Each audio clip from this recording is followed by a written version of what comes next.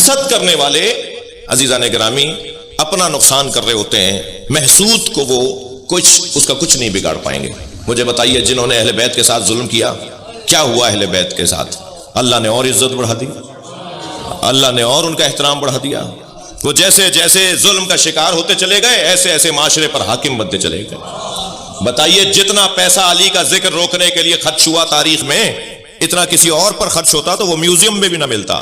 लेकिन करना अच्छी बात है, काश मुझे भी ये मकाम मिल जाता। लेकिन जो बीमारी है वो है हसद।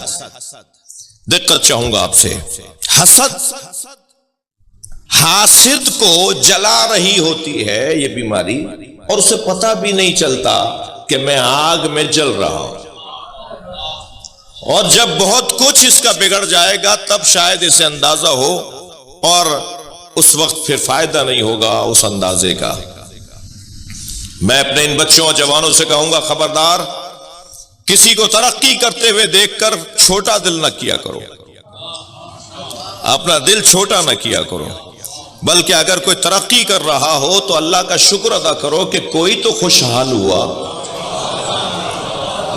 मैं ना सही मगर कोई तो खुशहाल हुआ। ये क्या बात हुई कि किसी को तरक्की करते हुए देखकर दिल छोटा करना और कटी कटी और जली जली बातें करना। एक साहब हमारे साथ, मेरे एक बुजुर्ग थे, उन्होंने बड़ा अच्छा जुमला कहा, मैं वो हदिया कर रहा हूं। वो फरमाने लगे कि लोगों को दो चीजें ज्यादा नजर आती हैं, लोगों को दो चीजें ज्यादा नजर आती हैं, एक अपनी अक्ल, एक दूसरे का पैसा। इनसे ज्यादा समझदार कोई नहीं है और उनके पास पैसा बहुत है। भैया आपका क्या मतलब कि उनके पास पैसा बहुत है? हमारे साथ बड़ा मसला है। एक साहब मुझसे कहने लगे, मौलाना आप फलां के यहां गए थे? मैंने कहा जी गया था। वो तो रिश्वत लेते हैं। तो मैंने कहा तनख्वाह भी लेते हैं या नहीं? कहले हाँ तनख्वाह भी लेते हैं। मैंने कहा मैंने तनख्वाह के पैसों से खाना खाया है। भैया आपका क्या मतलब है कि वो रिश्वत लेते हैं? सलवात पढ़ लें जरा, मोहम्मद व आले मोहम्मद। अल्लाह उन्हें हिदायत दे, अल्लाह उन्हें नेकी से नवाजे, अल्लाह उनको इन बुराइयों से बचाए, मगर कोई मुस्बत पहलू भी तो होगा किसी में। मैं इन बच्चों से एक और नसीहत करूंगा, किसी से नफरत नहीं करो, किसी सुन्नी से नफरत नहीं करो, किसी हिंदू से नफरत नहीं करो, किसी ईसाई से नफरत नहीं करो। नफरत करने वाला अली के दरवाजे का बंदा नहीं है। प्यार बांटने वाला, मोहब्बतें बांटो, अच्छाइयां देखो, मुस्बत चीजें देखो। भाई बरेलवी भाइयों में अच्छाइयां भी तो हैं, देवबंदी भाइयों में अच्छाइयां भी तो हैं। मैं उनसे कहता हूं शियों में कोई अच्छाई भी तो होगी। तुम अच्छाइयां देखो, बुराइयां नहीं देखो। एक नबी ने अपने हवारियों से, यानी अपने उम्मतियों के, कोई उम्मत में से कुछ लोगों से एक कुत्ते की तरफ इशारा करके कहा, इसमें कोई अच्छी चीज नजर आ रही है?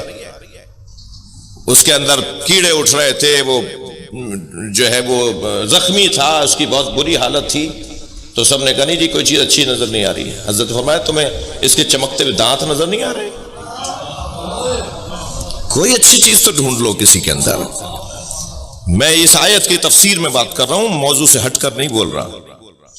हसद करने वाले अजीज़ान गिरामी अपना नुकसान कर रहे होते हैं, महसूद को वो उसका कुछ नहीं बिगाड़ पाएंगे। मुझे बताइए, जिन्होंने अहले बैत के साथ जुल्म किया, क्या हुआ अहले बैत के साथ? अल्लाह ने और इज्जत बढ़ा दी, अल्लाह ने और उनका एहतराम बढ़ा दिया। वो जैसे जैसे जुल्म का शिकार होते चले गए, ऐसे ऐसे माशरे पर हाकिम बनते चले गए। बताइए, जितना पैसा अली का जिक्र रोकने के लिए खर्च हुआ तारीख में, इतना किसी और पर खर्च होता तो वो म्यूजियम में भी ना मिलता। लेकिन जितना आज अली का एहतराम है माशरे में, किसी का है ही नहीं एहतराम।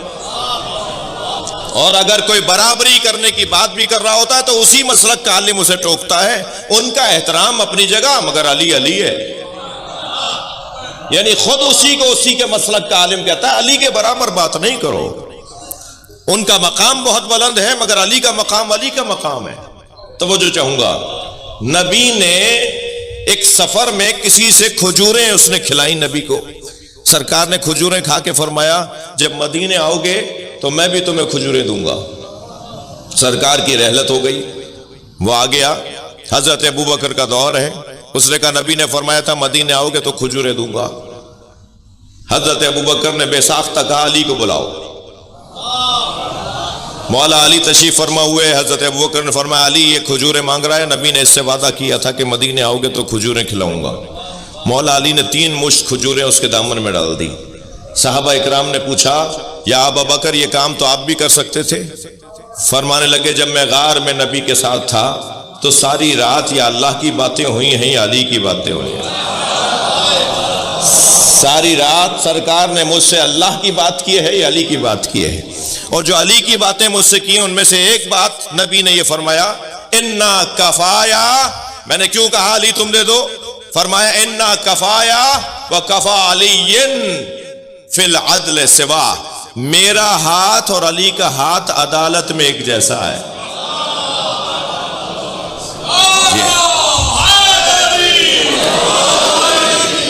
अजीजो हसद, खबरदार बच्चों से अर्ज कर रहा हूं, हसद किसी से नहीं करो। ये वो बीमारी है जो अहले बैत के दुश्मनों में पाई जाती है, अहले बैत के चाहने वालों में नहीं होनी चाहिए। इसलिए कि अहले बैत के साथ हसद की बुनियाद पर इस आयत की तफसीर में मौला अली ने फरमाया कि हमारे साथ ऐसा हुआ है। मोहब्बत कैसे किसी की हासिल की जाए? मोहब्बत कैसे किसी की हासिल की जाए? सूरह यूसुफ में हजरत यूसुफ के भाइयों ने बाबा की मोहब्बत हासिल करने का एक तरीका अपनाया है, और कुरान सूरह मुबारक निसा में अल्लाह ने मोहब्बत हासिल करने का एक और तरीका बताया है। हमारे माशरे में जो ज्यादातर चीज राइज है वो हजरत यूसुफ के भाइयों वाली राइज है, जबकि होना चाहिए जो अल्लाह ने नुस्खा बताया है दोनों कुरान की आयतें। सूरह यूसुफ के अंदर है कि हजरत यूसुफ के भाइयों ने सब जमा होकर, 11 भाई जमा होकर कहते हैं, उक्तुलू यूसुफा व अखू इन्ना होवा अहब्बो इला अबीना मिन्ना। आओ चलकर यूसुफ को और यूसुफ के भाई को कत्ल कर देते हैं, इसलिए कि यूसुफ बाबा के नजदीक हमारी निस्बत ज्यादा कुर्बत रखता है, बाबा उससे ज्यादा प्यार करते हैं। जब हम उसे मार देंगे तो फिर हम होंगे, बाबा की मोहब्बत हमें मिल जाएगी। ये एक तरीका है कि अगर मोहब्बतें लेनी है तो उन लोगों को रास्ते से हटा दिया जाए जिनसे मोहब्बत हो रही है, फिर वो हट जाएंगे तो फिर हम आगे आ जाएंगे। ये कुरान में कुछ लोगों ने सोचा था ऐसा, और ऐसा करने के लिए चले गए हजरत यूसुफ को मारने के लिए। यानी किसी को हटाकर, किसी की जगह, किसी को उसकी जगह से हटाकर खुद बैठने से अगर कोई ये समझे कि मैं इसे हटाकर खुद बैठूंगा तो मुझे वो मकाम मिल जाएगा, इसकी कुरान ने मजम्मत की है। तुम किसी को हटाकर उसकी जगह नहीं बैठ सकते। हर शख्स अपनी रोटी मुकद्दर में लेकर आया है, हर शख्स अपना मकाम अल्लाह से लिखवा कर लाया है। कोई किसी की रोटी नहीं खाता, कोई किसी की जगह नहीं जाता। ये एक तरीका, कुरानी तरीका कुरान में बयान हुआ, कुरानी तो नहीं लेकिन कुरान में बयान हुआ है, और एक तरीका अल्लाह ने बयान किया है। और वो तरीका क्या है? इन्नल्लज़ीना आमनू व आमिलुस्सालिहात। तुम ईमान अपना पक्का करो और किरदार अपना मजबूत बनाओ। सयजअल लहुमुर रहमान वुद्दा। तो फिर लोगों की मोहब्बत उनके दिलों में, लोगों के दिलों में तुम्हारी मोहब्बत अल्लाह डालेगा। तुम अपना ईमान मजबूत करो और तुम अपना किरदार मजबूत करो। सयजअल लहुमुर रहमान वुद्दा। अल्लाह उनके दिलों में तुम्हारी मोहब्बत को डालेगा। जब ये आयत किसी ने मौला के सामने तिलावत करके पूछा कि ये आयत किसकी शान में है, मौला मुस्कुराए फरमाया, हम अहले बैत की शान में है। हमारी मोहब्बत लोगों के दिलों में मजबूत करने वाला अल्लाह है। और अल्हम्दुलिल्लाह हम इस मंजर को देख रहे हैं। रीबॉर्न अहले बैत के नाम से एक साइट है, जाकर बच्चे उसका विजिट करें। 600 से ज्यादा गैर मुस्लिम जो मकतब अहले बैत में आए हैं, उन्होंने मौला अली की मोहब्बत को महवर बनाया है, अली के कमालात को महवर बनाया है। पिछले दिनों एक जवान कहने लगा जी मैं कलमा पढ़ना चाहता हूँ अली वलीउल्लाह तक। मैंने कहा भाई हमें भर्ती नहीं करनी, मैं अपनी बात कर रहा हूँ, वजह बताओ कि क्यों शिया हो रहे हो।